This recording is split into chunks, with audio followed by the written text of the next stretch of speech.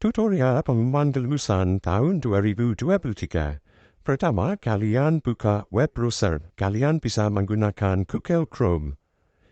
Lalu ketik lulus titik SMP 1 Kalimumu Kudus titik STH titik ID.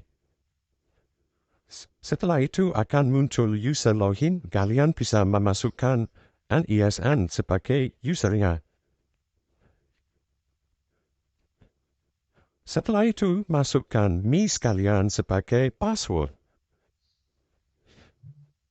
Pilih level, kalian bisa memilih siswa. Lalu klik login. Setelah itu akan muncul form alumni. Kalian wajib mengisi sebagai data APK. Ketik alamat,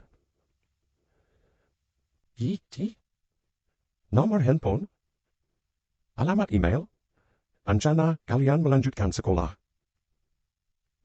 dan pesan kesan kalian. Klik submit dan kalian bisa melihat hasil kelulusan. Setelah itu akan ada keterangan syarat dan jadwal pengambilan surat keterangan.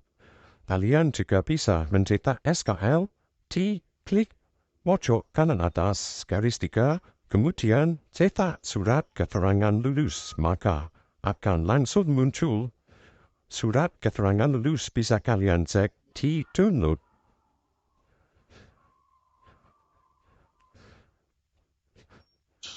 Maka akan muncul SKL seperti ini. SKL ini merupakan SKL resmi yang bisa kalian download. Terima kasih dan semoga berhasil.